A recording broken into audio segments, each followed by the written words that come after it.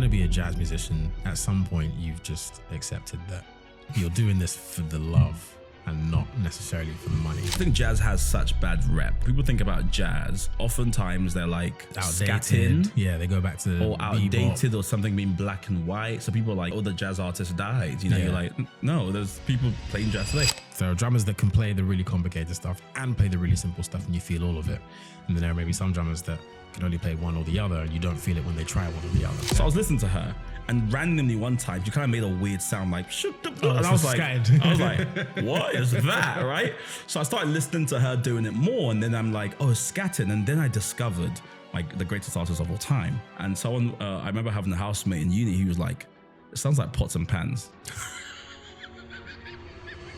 And he was like, it's not about what you play, man, it's about how you play it. And everybody went away like, what kind of rubbish, advice? So we talk about it now, like, bro, he was so right. It's genuinely.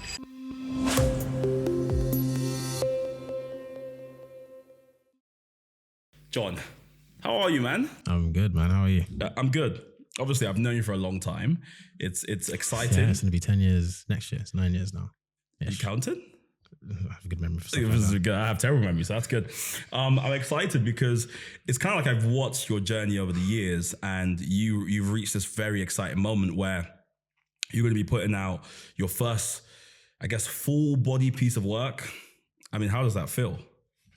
It doesn't feel real yet. I don't know when this is going out, but so when you upload a song to streaming platforms, you have to do it kind of 4 to 6 weeks before the actual release date. I'm not going to spoil when the release date is here, but essentially it's coming up 4 to 6 weeks. It's close to 4. So I'm uploading that this week. So that's kind of when everything's really going to become real. And I'm like, oh, okay, actually, I've uploaded it. So now I know that come this date, this music's going out into the world. And so that'll probably become real maybe the day I upload it. I don't know yet. We'll see. I mean, whilst you're putting music out, you've obviously been doing a lot of playing, gigging, touring, and you have a whole life. I mean, maybe it's actually worth exploring then. So, because I got to know you maybe 10 years ago when I was in Warwick University. It was one of these sort of revival nights of sorts. I don't know if I was the speaker or one of the speakers, but I remember that was coming to speak. And you were playing drums, and I remember being like, "He's all right." Because back then I don't know if I was still playing a lot of drums back then, but I was still playing drums. Yeah, I remember. And I remember just looking at him like, "Okay, all right, he's all right," that sort of thing. Yeah, it's been 10 years of just like really interesting milestones, which I get into. But if you could go back even further than just the 10 years I met you, how did you get into music? How did you discover you were good? What's the journey of that been like? So my dad was a drummer. So the church that I grew up in, he played drums. Well, the church I was born into, actually, I wouldn't really say I grew up there. He played drums. So we used to have a drum set at home, had a drum kit set up. So all my earliest memories, I think somewhere in the house, my mum has a picture of me at like 1 year old, sitting on I can barely sit on the stool, sticks almost bigger than me, trying to reach the snare. But my earliest memories of drums are my dad had these, because he was self-taught, he had these instructional videos. So I was trying to kind of copy what I was seeing in the videos. So I would copy it and run into the room next, like my parents would be in the living room. It was in the conservatory, I guess, next to it. I'd run from the conservatory into the living room and say, oh, hey, I just did whatever was done on the video. And they'd be like, oh, that's great. Go and try the next thing. So that's kind of my earliest memories of drums. I'd say there were 2 pivotal moments for me throughout my kind of early drumming career. The first was when I was 12. The church that I was at, there was an uncle that came in and was better than me. Now, I don't know if you know anything about African churches for listeners, but typically when someone's better than someone on an instrument, it's only a matter of time before the person that's normally on the instrument gets kicked off. Yeah. That may happen over a series of weeks. It may happen in one fell swoop. It's kind of brutal when you think about it. Yeah, it is. It's a really good training ground though. But essentially, what happened was I started to kind of get phased out. And it was at the same time at school where in like our house competition, we had a house music competition. And I don't remember who actually, but someone recommended me to play in what was the jazz band, funnily enough. We played Feeling Good, so it's not really a jazz song. But anyway. Well, it's a jazz standard. Yeah. But anyway, not how we played it. We're gonna oh, God, I need to hear that. But yeah, so I actually really started practicing more for the school thing than anything else. But that sort of carried over into church. So anytime I was in church for rehearsal, knowing I wasn't going to be playing anymore, I'd maybe get there a bit earlier and start practicing. So Uncle Victor noticed that I was practicing and noticed the improvement. So he actually took up the bass so that I could play drums. And so that allowed me to keep playing drums. So that was one kind of pivotal moment for me where it was like, oh, wow, if I actually practice and improve, it's noticeable enough for people to make changes for me. The second was when I actually went to study music. So I went to the Academy of Contemporary Music. That's where in London, right? They have one in London, but I went to the original one in Guildford, so it was just outside London. That for me is where music really began. I didn't know, compared to when I kind of graduated, I didn't know anything about music before I went there. I couldn't play. I had to like restart everything. I had to learn about how to hold sticks properly.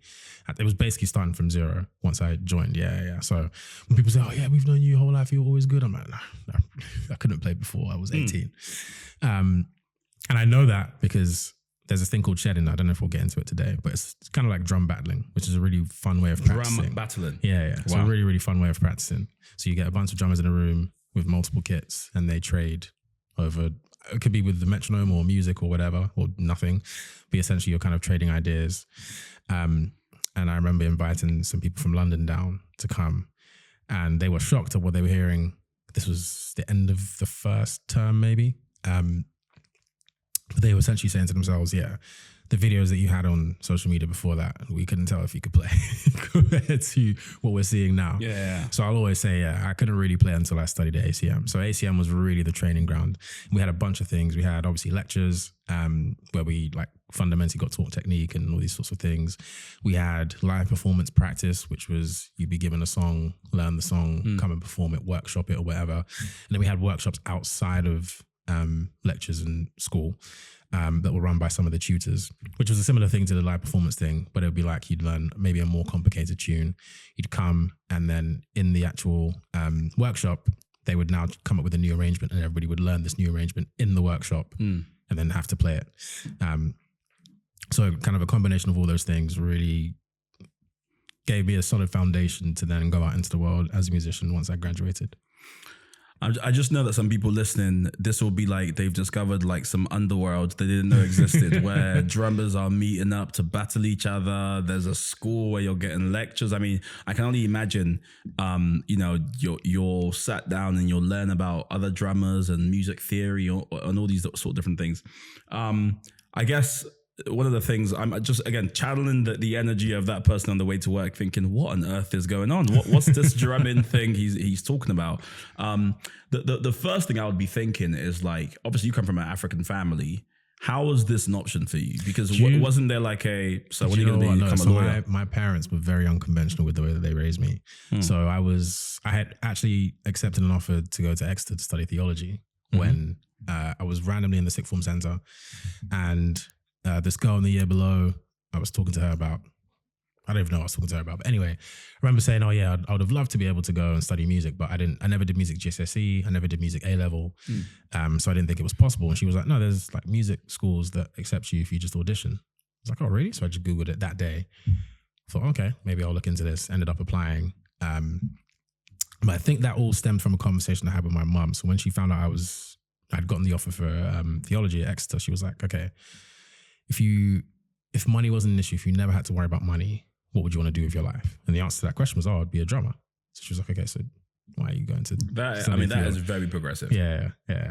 I always find it interesting how like one decision we take can take our lives in a totally different direction. So like there's a world out there where you are, I don't know what I would be theologian, I don't know or maybe, or who knows what you do after theology. It kind of makes me think about.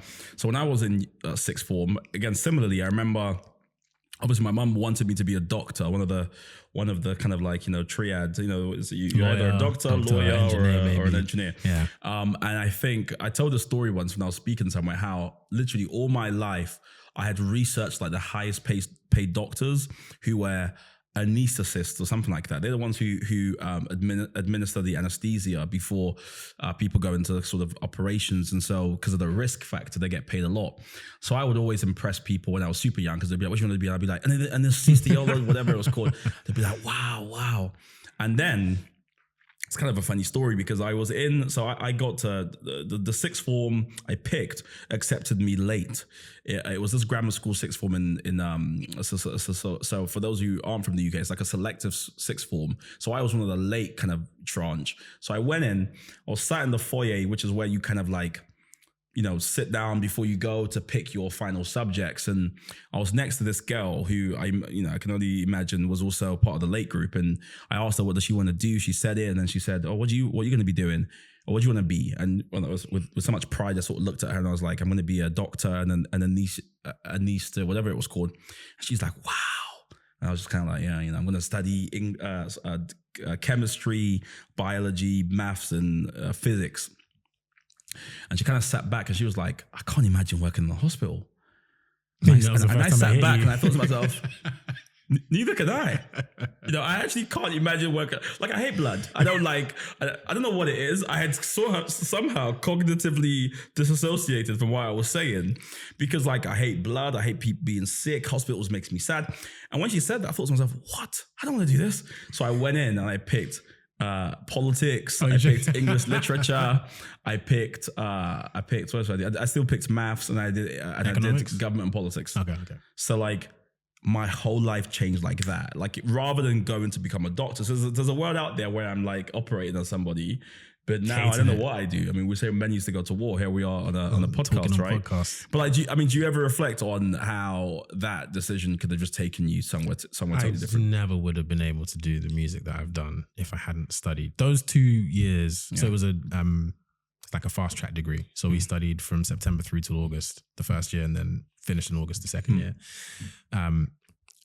Everything I needed to learn, I learned in those 2 years. I cannot imagine trying to learn any of the stuff I did in Exeter. No music scene there. I'm so far from London. It's not like I could have been traveling up to London to try and get private lessons or whatever. It would have been impossible. And also a lot of the music the music I play now, I was majorly exposed to when I was at university. Gotcha. It was one of the workshops was called World Tour. So it was kind of a fusion workshop. So we would be playing all sorts of world music, which really is, you like Latin American and then maybe a bit of African if the person can play African.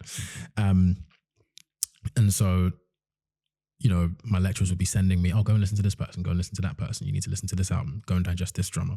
Those sorts I wouldn't have had any of that. So I'd have just been whoever on YouTube was popular at the time that I would have been ingesting, and it just would have been completely different, and I probably would have hated it.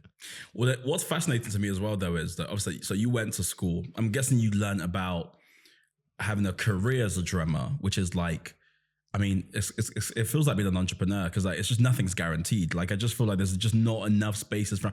But what's interesting is rather than choosing to be one of these like one of these pop drummers that's drumming for like I don't know Taylor Swift or whatever, like you chose like fusion and jazz, like the most sort of niche, low paying. Yeah, like why did you choose that kind of music? It was, not that you can't play the rest, but why did you pick that kind of music? So I used to live with a guitarist called Francois, who we were in the same year, and so I really like kind of a lot of pop drums. Especially back then, I used to watch them a lot, and so we used to talk about pop gigs, and then when was it? In the end of my first year, I went to watch my first jazz gig live at the Jazz Cafe. It was Stanley Clarke. My favorite drummer's name is Mike Mitchell.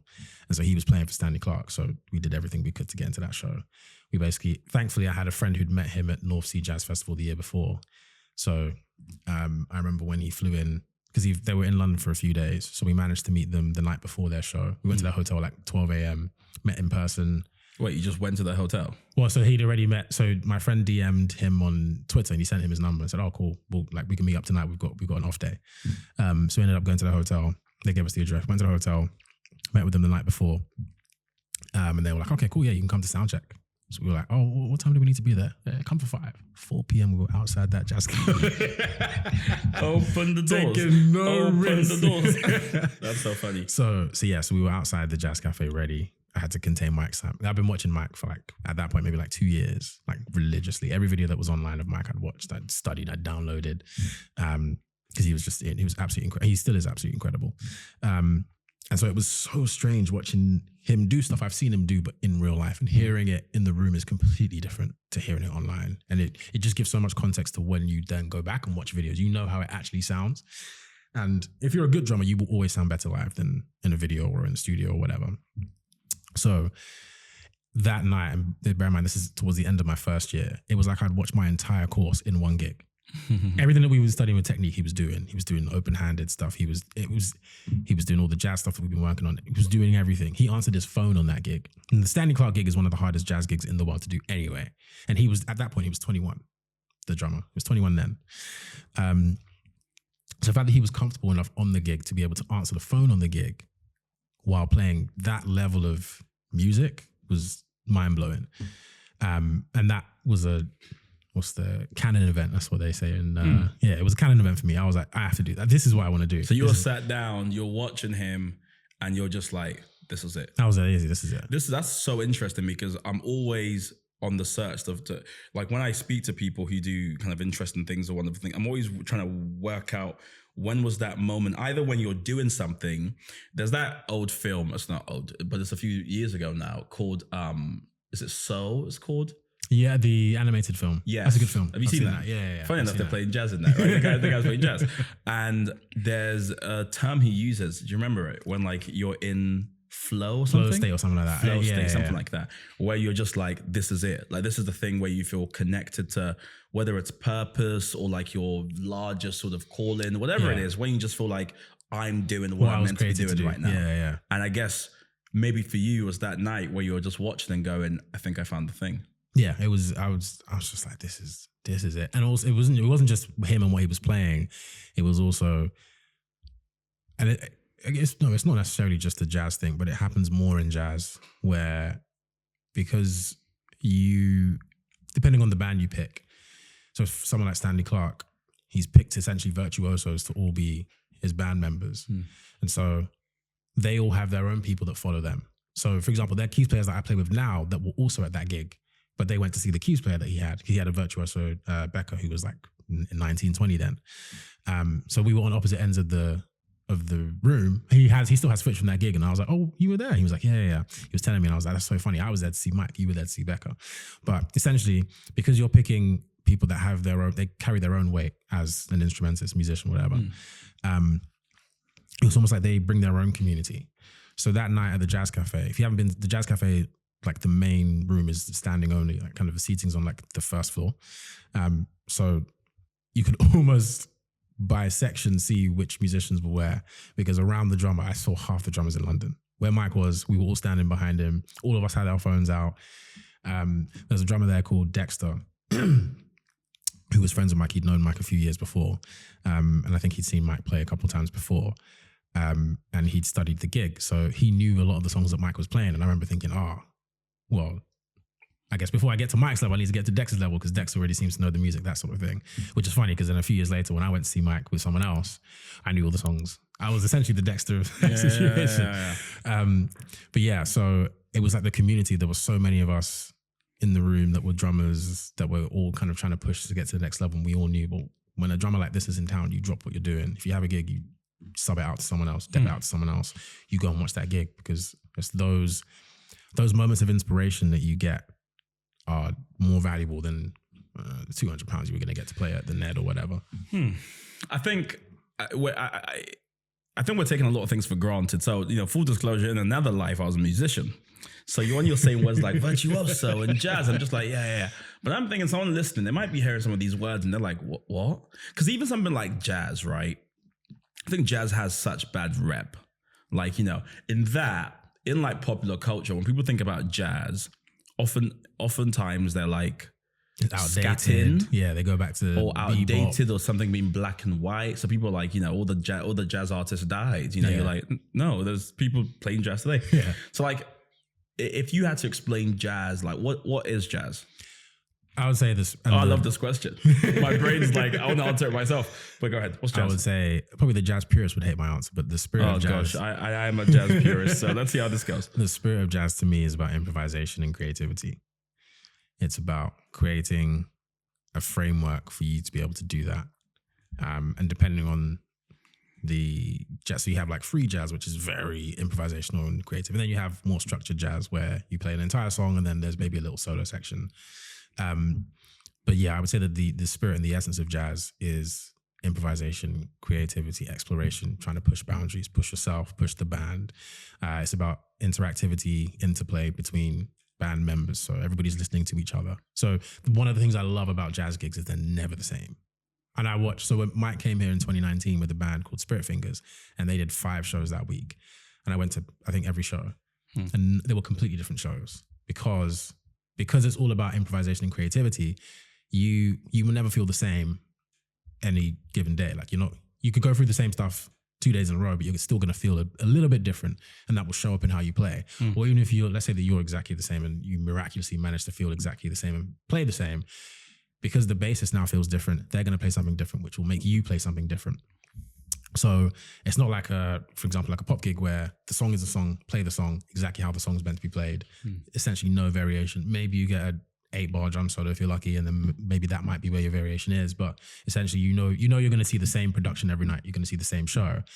With a jazz gig, you have no idea what you're going to see any night because you just don't know. We don't know until we step on stage what's going to happen. And so yeah, that's one of the things I love so much about jazz, and I think that's so core to jazz itself is that expression and creativity and the improvisation. So for example, the album that I'm releasing, I tried to pull from a few worlds, but the reason that I would still brand it as a jazz album is because of the improvisation and it comes out in solos.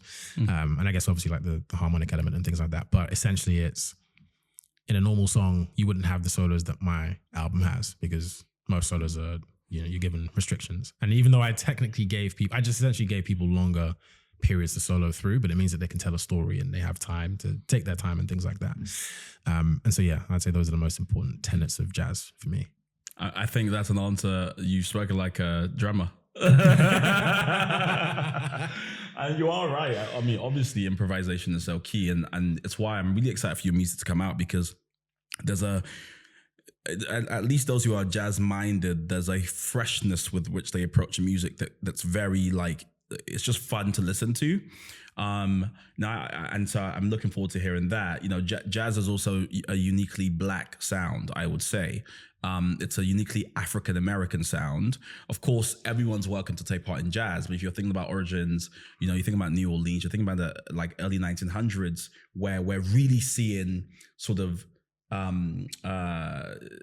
jazz enter, if you like, because there was a time when it kind of was mainstream. It was the pop music of its day. Correct. So when you're seeing that, then improvisation is definitely a key thing.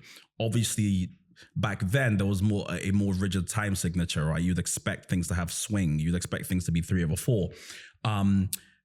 There's call and response, which is a key part of jazz as well. To your point, musicians listening out for each other. You think about blue notes and bending things and like kind of expressive pitches, and all of that, which is all semi-technical, culminates in a sound. You just know that that's jazz, right? And so it's kind of like gumbo, if you like, in an American sense, and that there's all these different things that are in it. But what ends up coming out is this feeling, this unique thing that I just think, I mean, for me, jazz is my favorite genre, obviously. But it's like I just remember when I was younger, the first time I encountered the jazz was, so I grew up in the church, so we would sing a lot of gospel, but we're talking about the church in the UK. So it was like African gospel, really. Yeah. But then we started getting into some American stuff, and you're like, oh, this is some new stuff. Yeah. It's a bit more technical. I'm like, yo, this stuff is good, This is good, right? And then you start listening to like the older American people, and you start spotting all these interesting things. So I remember listening to, this is not the gateway. By the way, it's quite shocking that this was my gateway into jazz, but it was the person I was listening to. So I think I was listening to, oh my gosh, what's her name? She died not too long ago. LaShawn Pace Holmes, right? Okay. So I was listening to her, and randomly one time she kind of made a weird sound like, and I was like, what is that, right? So I started listening to her doing it more, and then I'm like, oh, it's scatting. And then I discovered like the greatest artist of all time, Ella I knew you were Fitzgerald. going to say Ella Fitzgerald, yeah. Of course, that's my favorite artist. One of the best gifts I got in sixth form was when my friend bought me 100 just like I suppose a standard album of like, you know, Ella Fitzgerald Essentials or whatever. Mm-hmm. And I was like, whoa. Like I was captivated. I would listen to everything that was like, so obviously for me, it was more musician. It was more the vocalists, right? So from Pearl Bailey to Sarah Vaughan, obviously all the kind of famous ones. But then even like underground, like I just, because it was unlike anything I'd ever heard.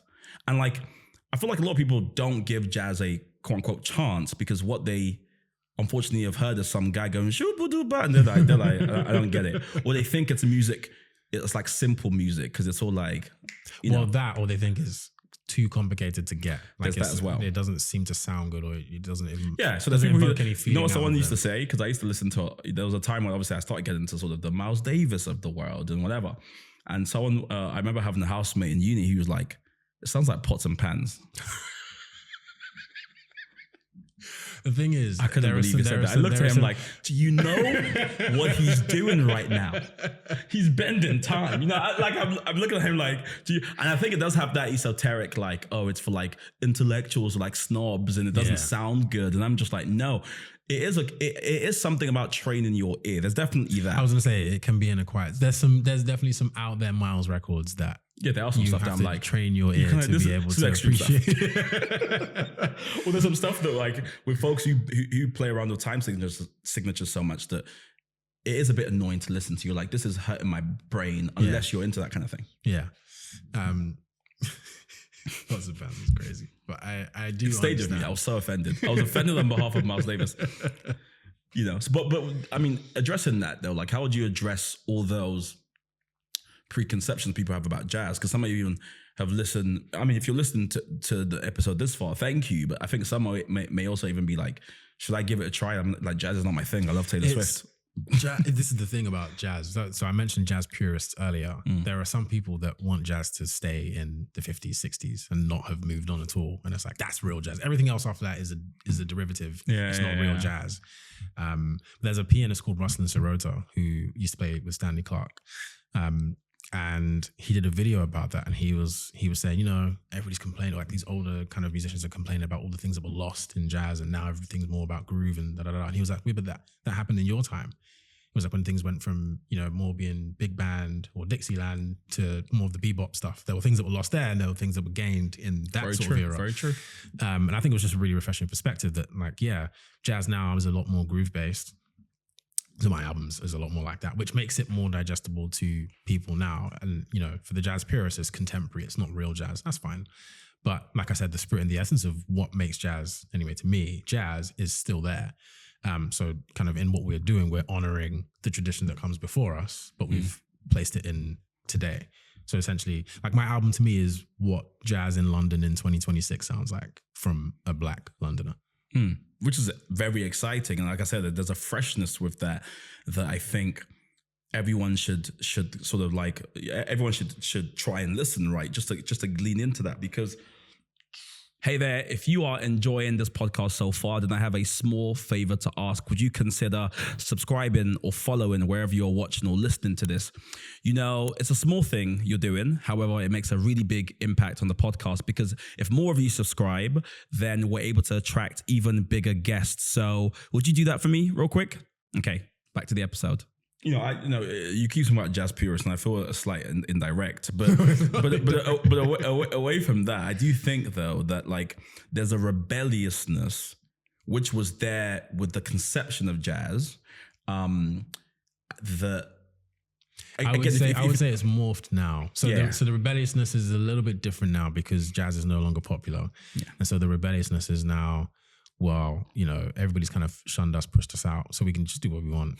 And we're just gonna, all the rules that you have created with how there is some stuff I hear that I'm like, that's not jazz. I'm like, there's only so far you can go until I'm like, okay, you're now not playing jazz, buddy. This is like, and again, the reason why I think folks get so perturbed about like fusion is because like jazz is always lost in that. Is the difficulty. So all the fusion stuff I listen to ends up sounding like Latin. That's really what it sounds like. So it's like Latin with a sprinkle of one time where you guys do a bit of, I'm like, okay, thank you for the jazz. I'm back to the Latin stuff. But I love what you said in the when you say acquired taste. For me, everyone needs a gateway drug, and then they need something. I hope this isn't taken out of context. Everyone needs a gateway drug, and endorsing drugs.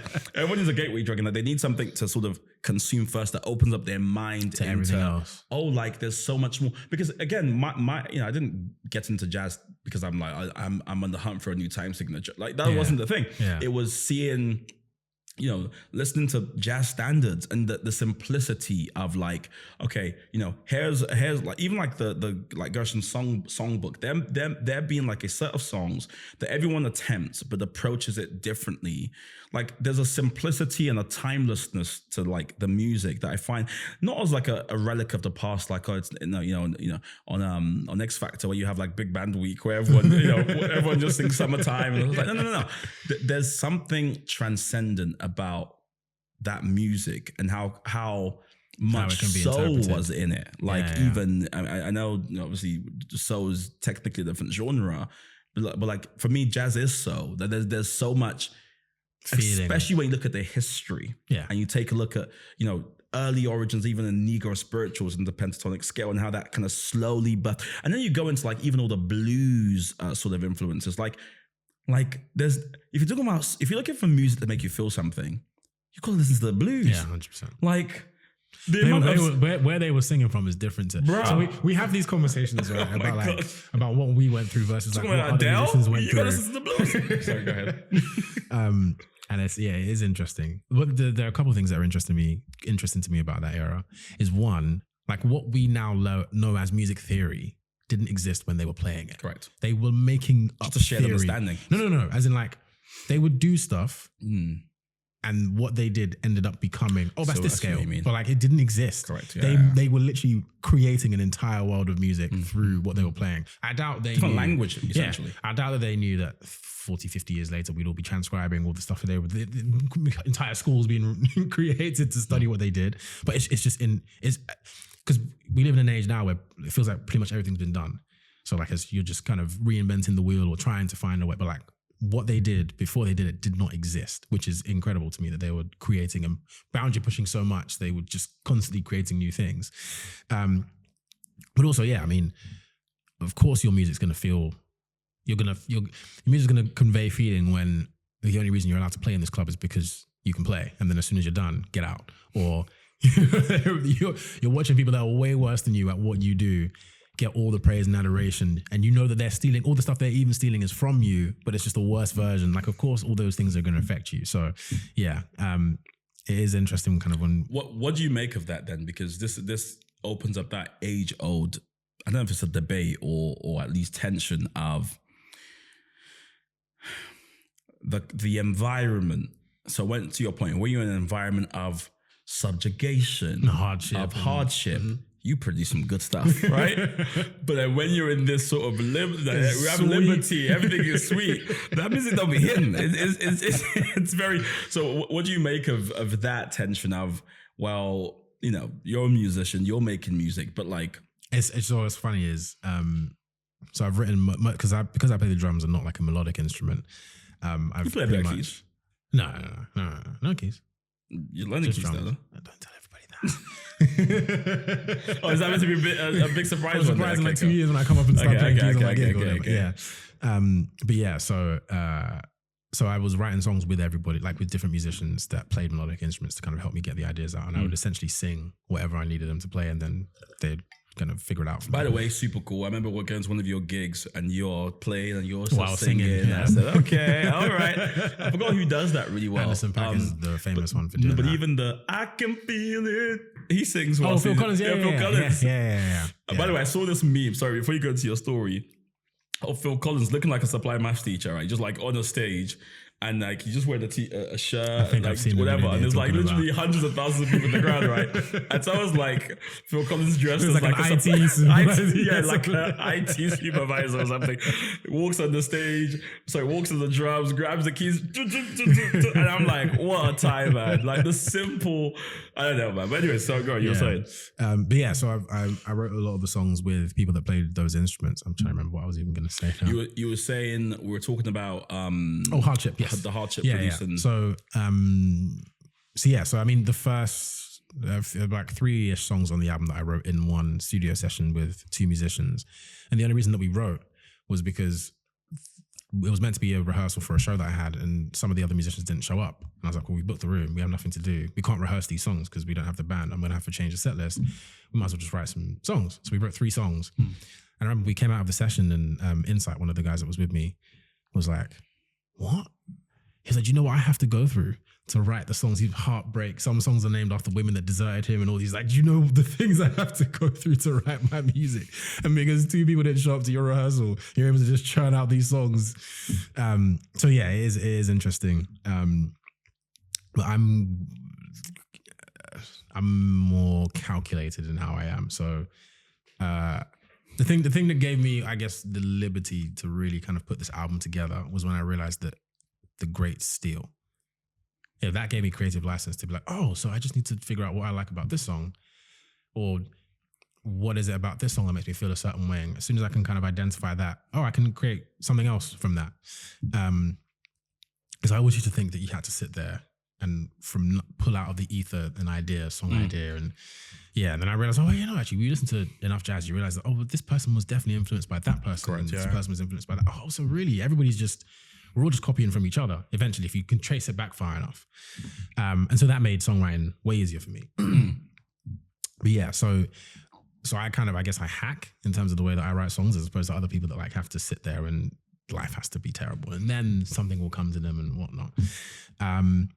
And then the other half of it really is then about kind of translating it into how you play. If you can play from a place of feeling, which is a whole other conversation that musicians love to talk about, like kind of what's your feel like, and I don't really feel it when you play or whatever. You can hear it. Yeah. I mean, I hate to sound whatever, but you can hear when someone plays with, I mean, Esperanza Spalding, who's a fusion artist, I think I might call her. She's a virtuoso, for being honest. She's just amazing.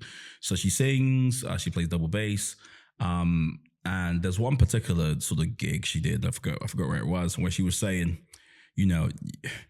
like you have to play with soul, and you can just hear when someone isn't playing with souls, even if you're playing jazz. Like you can just tell when something's coming from somewhere deep, and when it's just like music theory. And it's interesting because so when I was in uni, in particular my first year, one thing everybody used to tell me, you sound great, but I don't feel you're playing. And so I was so obsessed with this feel, pocket feel. So it's like a running joke I still have now with my friends from then, where if they come see me play after a gig, I'll go up to them and be like, did you feel my playing? Because I used to, after every rehearsal, everything, I used to go up, so did you feel me this time? We could be in a rehearsal at 12 and then we could have a class at 2. And I'd play in the rehearsal at 12 and I'd ask them, did you feel my playing? And then we'd finish the thing at 2 and I'd go back and did you feel my playing today? Like I was so obsessed with that thing. And then at some point, I just gave up. And apparently that's when the feel came. Correct. I was gonna say, if you're trying to feel, then you're not gonna feel. You gotta. It's just gonna sound so like arty-farty, but let's just lean into it. We're talking about jazz. I think that there's a giving yourself up to the music that has to happen, which for me, like if we think about like sort of vocally, I would say, I think it's like something that happens in your brain where I want this to sound this way. And there's a kind of like forcing the sound versus letting yourself go and like actually being, because it sounds like being the sounds, right? It sounds, again. No, do you know what? Those anecdotes in jazz are so funny because it's like a full circle thing. So there's a keys player called Cameron Graves who also plays with Stanley.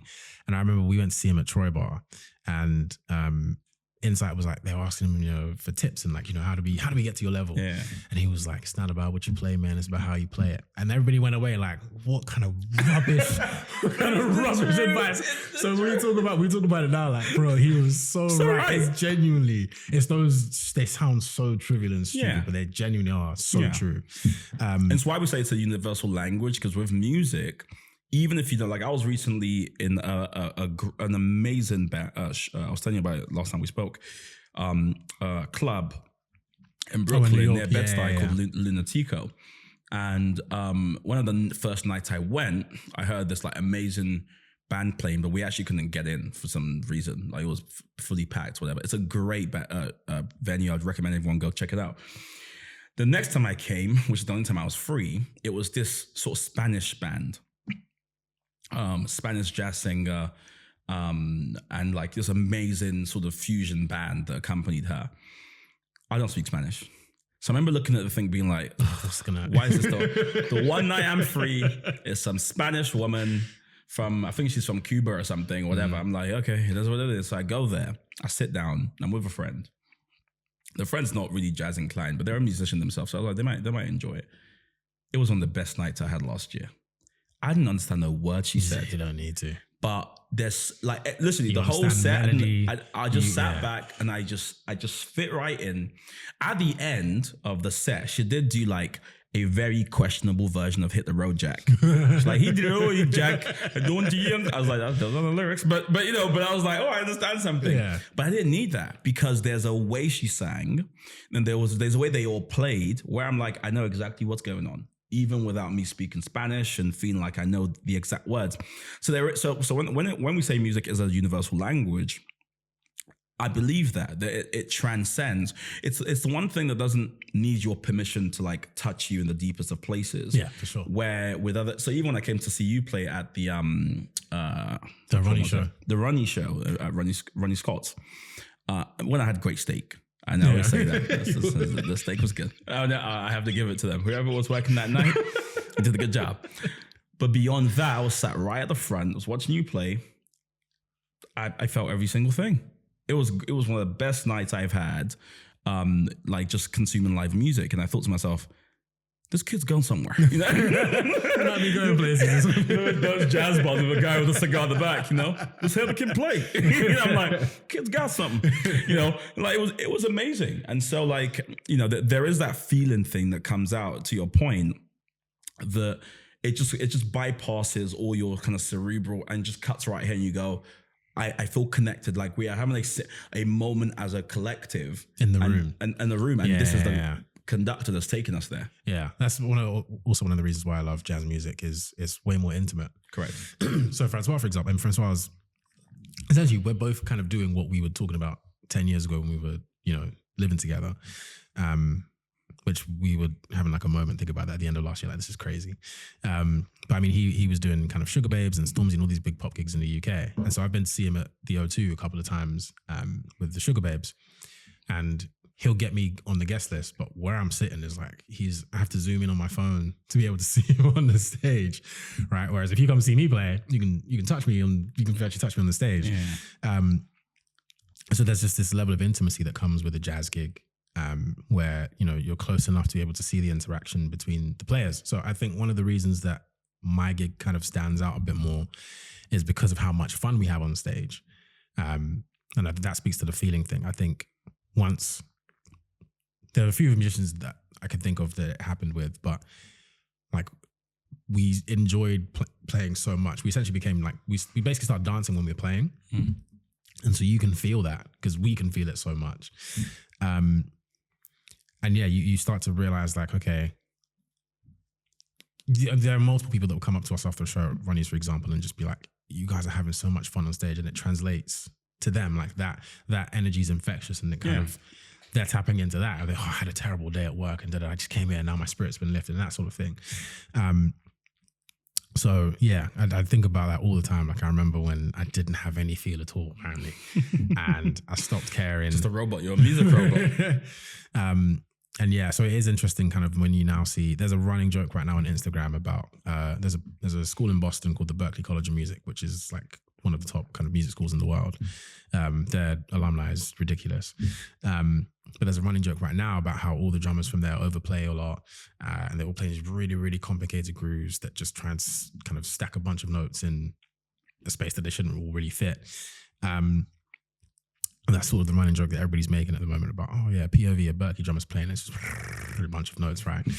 And what's funny, and I'm like, look, I get everybody's making those jokes, but there are generally some people that they play that and you feel it. I mean, you have some people that can, and everybody, you know, people will talk about pocket and feel. These are words that I guess I'd have to explain later, but people will talk about, you know, it's more about, you know, playing simple and just to play normal boom bap 2 and 4. And it's like, yeah, but there are some people that love our drummers talk sometimes. boom bap. Boom bap, boom bap. You're like, yeah, of course. And it's like, yeah, there are some people that can play that and it doesn't sound great, and there are some people that play the other stuff, and it's all relative to the music you play anyway. But yeah, that feel thing, there are drummers that can play the really complicated stuff and play the really simple stuff, and you feel all of it. And then there are maybe some drummers that can only play one or the other, and you don't feel it when they try one or the other. So yeah, the feel thing is so interesting. You mentioned in Sugar Babes Trigger the Thought, because I thought, you know, like, how do you resist or even succumb, if you like, to that temptation of, well, there's just a lot more, quote unquote, financial success if I just go down this route of just like maybe just gigging for, or just being like a session drummer or whatever. Like, how do you navigate that tension? I think if you're gonna be a jazz musician, at some point you've just accepted that you're doing this for the love and not necessarily for the money. And then depending on how true to jazz you want to stay, you might maybe, like, for me, some jazz musicians will say that I've commercialized my albums a bit more commercial than others because I've tried to make it a little bit more, I guess you mentioned it earlier actually, that kind of I would like my album to be an entry sort of gateway for people that don't know anything about jazz, to be able to be like, oh, this is actually cool. I could listen to more of this. And then they go and listen to more of it. So yeah, again, to the jazz purists, they'd be like, oh, this album's rubbish. It's a defamation to jazz, but whatever. So there comes a point where, I mean, for me, when did I have the realization? So I used to work a full-time job, and I remember kind of doing the maths in terms of how many gigs a year would I have to do to be able to make the same income that I make now. That's not really feasible. And I just realized that, yeah, but I'm not doing this for the money. I'm doing this. I would do this. I have done it for free. Playing music. Like, it's not I would do it. I have done it for free. I've done a lot of gigs for free. Hey, you gigged for me for free. Exactly. And it's, yeah, we just do it for the love of it because we love it so much. And I guess it's a blessing and a curse at the same time. So yeah, there is genuinely no pull because I won't do gigs. Who was it? It was Francois that someone taught him, and I think he calls it there's 3 letters that he uses. I think I used M's. I don't know if he used M's, but essentially it's music, mandem, and money. So if you have a gig, if you're offered a gig and it gives you 2 out of 3, you'll normally be cool doing it. If it doesn't give you at least 2 out of 3, you'll probably hate it. So money, is it going to pay well? Music, do you enjoy the music that you're playing? And 3, are you playing with the mandem with your friends? If you can get at least 2 out of 3, you're going to have a good time. So what if you're always getting mandem, so you're playing with your friends and music, and you're enjoying it. And you're not getting money. You're having a great time. You'll be broke. How long can you do that for? Until you're like, I need to pay the rent. You know, I need to because this is the reality, right? I know so many talented musicians. Like I know so many. I know amazing singers, vocalists, backup singers. I know amazing drummers, sax. I know them all. There's only a few that have been able to kind of create a life for themselves, such that they're like, this is actually what I do. The rest of them, it'll just be one random auntie in church that you're like, oh, wow. Yeah, we don't you can sing like that. You should be famous. And it's like, that's not quite how it works, right? And there'll be some people who, just randomly you see them play. You're like, whoa, hold on a minute. Why are you not famous? And it just didn't work out. And that's kind of where, that's what I see often. So I'm always curious as to how you actually make that leap into, I want to be a full-time or kind of fully out there musician that's not just like singing pop, because there's a reason why a lot of these people aren't doing that, because they're like, I don't feel that, nor do I feel like that's a true expression of my art. So to choose your genuine, favorite genre or what feels true to you, like how do you navigate again those fears of just like, is this gonna work out? Do you know what? It's seeing. So the name of my album is Now's the Time. And the name came to me a few years ago when Thundercat, I think, did maybe the late show with Stephen Colbert, one of those late Jay Leno or whoever shows. And I remember seeing that and thinking, Thundercat is on that. There's never been a time in history when, and him and Kamasi Washington, both of them within a short span, I think. I was like, there's never been a time in history where people that are playing my kind of music are being platformed like this. And that's when Now's the Time came to me for my album. But it's essentially seeing people do close enough, if not exactly what I want to do, that lets me know it's possible, because they're not only more special than I am. So for example, Yusuf Day is right now probably one of the biggest jazz artists in the UK. And he's a drummer, and the band is a drummer-led band that's playing instrumental music. Like, it's pretty much what I'm doing. The music's a bit different, but essentially the essence and the core of it's the same. And I mean, I used to play for an artist called Venner, and we did a festival in Crystal Palace Park, wherever it's called, that was Yusef's festival, and it was called Summer Days Festival. And so we were there, I was talking to Yusef, and I was just kind of thinking to myself, this is crazy. Like, it's an actual festival that's been curated by a drummer who's an artist. That means there's absolute space for us. And then the other, I guess, big artist right now in jazz is Ezra Collective, right? And it's also drummer-led. So I'm apparently living in a time where people want to see drummer-led bands, right? So now's the time. Yeah, I'm telling you, now's the time. So kind of seeing it is showing me that it's possible. There's an American trumpeter I play for called Theo Croker. And same thing, like when I was doing his shows, so I do kind of fill-in dates for his US drummer whenever kind of here and there around Europe. And I don't remember where the first gig was. It was in maybe like Luxembourg or somewhere like that. So yeah, I think it was in Luxembourg. It was in like this, it used to be a prison. So it was like a prison courtyard that had been converted into something else. We were on the stage. There were probably like close to 1,000 people there, all there watching us, loving the music. All prisoners or? No. And I remember just being like, this is it. This is actually exactly what I want to do, because the music was challenging. It was the first time I'd received music for a gig in a long time. Like, so obviously people send you like, here's the song, learn the song. And I was like, who's the drummer? And I was like, I might need to practice to be able to keep up the standard on this gig, because all the drummers that Theo's had have all been amazing drummers. So yeah, there was one song where I was like, I actually had to figure out how I wanted to physically play it. I knew like my interpretation of how I wanted to play it, and then I had to actually practice to be able to execute that. So it was kind of, I was playing really kind of music that pushes me in front of a decent sized crowd with amazing musicians. And that is what I want. Well paid? Yeah, actually, it pays better than most of the other things I've done anyway. There you go. So that's a three for three. Yeah, three for three.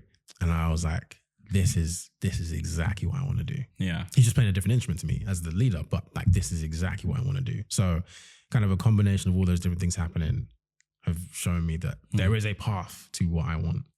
I don't exactly know all the steps. I just know I need to put music out to kind of get the first few steps going, which is what kind of the end of last year was about, finishing the album, getting it ready. And now it's all been about rollout and kind of getting more industry ears on everything and trying to get drum up as much attention as possible. But yeah, like it was more seeing, I don't know, I think maybe for some people, they don't have that. Like, you need to be able to see someone in front of you do, it doesn't have to be exactly what you want to do, but close enough for you to know that it's possible. Yeah. And then that can give you the self-belief. Because obviously, it's going to be peaks and troughs. I mean, I was a full-time musician before, and then lockdown happened and I went and got a job. And I remember actually when I got my job, you were like, uh-oh. I remember you being like, it's the beginning of the end of the John playing. No, I wanted you not to go down that route. But obviously the reality, of life is sometimes it's not you quit and everything just goes up. Sometimes it's you have to go back, to go forward, to take 2 steps back, to take 3 steps sideways, that sort of thing. Yeah. But I know, and I have seen that now with musicians that did kind of what we were speaking about, which is as soon as they stepped away from music full time, that was it. And kind of just completely died off. Yeah. Whereas for me, I knew I wasn't going to let that happen. So I kind of tried to stick with it as much as possible and stay plugged in. And it takes a lot of courage, because for those who don't know, and this is one of the things when we were talking off air about like, okay, cool, you know, not everyone listening's a drummer. They might be like, you know, I don't care about paradiddles. I don't care about paradiddles. You know, they're like, where's the connection point for me? And it's like following your dreams, like actually, you know, again, it's funny I'm saying this again because I said this in the previous episode to somebody else. You know, I don't believe this phrase, but there is some truth in it, in that, you know, I've heard it said that, you know, a salary is like a monthly income or month, or a money paid, the amount that's paid to pacify or whatever. And whilst it's not totally true, I do think there is some truth in that. If you know that this is it thing isn't what you're currently doing, and you've accepted that, you know what, £2,000, £3,000, 4,000, whatever it is enough monthly for me to just like ignore that kind of incongruency I feel in the deepest level of sort of who I am. There's only so much you can do with that until like you just feel like I have to stop this. And so the courage to say no to that safety or that, you know, safe, you know, whatever predictable income, and genuinely follow what it is you want to do. It's almost Superman level. Like it's really hard to do. You have to have, I call it positive delusion, where you just have to believe I'm the one. It's going to happen for me. You hear all the stories about everybody that failed. Like you can say, I know some people listen to say, you just have to be like, yeah, but that's just not going to be me, is it? It just, I don't know why. I don't have any proof to tell you how or why or whatever. You just have that kind of faith that it's going to work out for you. And it typically does. For people that have like that Superman level delusion about self-belief, like, it typically does. That's kind of what I noticed as well. Is that people that just a huge gamble, that it does work out. So they find something. It may not be exactly what you had in mind. Yes, but something pieces together. Yeah. Correct. And what's so funny as well is, I know you spoke about sort of seeing Ezra Collective or seeing all these people doing sort of not exactly what you want to do, but adjacent. There is a power also in like seeing people do something similar. And so in a funny type of way, as you're saying that, there's probably some 16-year-old in sixth form right now who's been offered to do theology. Correct. who's on YouTube and sees, because I always think to myself, like some of the videos that impacted me, and this speaks to kind of the way we sometimes read vanity metrics wrong, right? And that some of the videos that have really inspired me or I've seen, and I'm like, you know, wow, this really challenged me. Some of them have like 10 views on YouTube. I just happened to click it by accident, but the guy's making sense, or the guy looks in a way I recognize, or the way he's putting these sentences together work for me.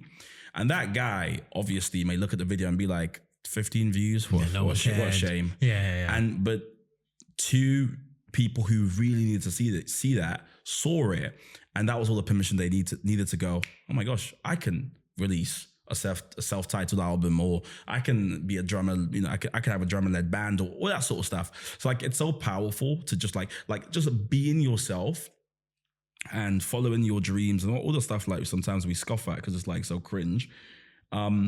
It's sometimes all the permission someone else needs to actually do the same thing. Yeah, it can change their whole life. Yeah, there are a lot of people now that kind of have found out what I'm doing, and because obviously people used to know that I worked, and now when they're asking me, I stopped working months ago. They're like, wait, what? Yeah, and it's kind of like, and then now they're seeing, the album's done, and now he's doing promo, and it's like, oh wow, he's actually like, this is stuff he used to talk about doing an album, and now we're literally watching him do it, kind of as he described it, and that's really inspiring for them. And I'm thinking, right, I'm a drummer. How is me drumming inspiring you?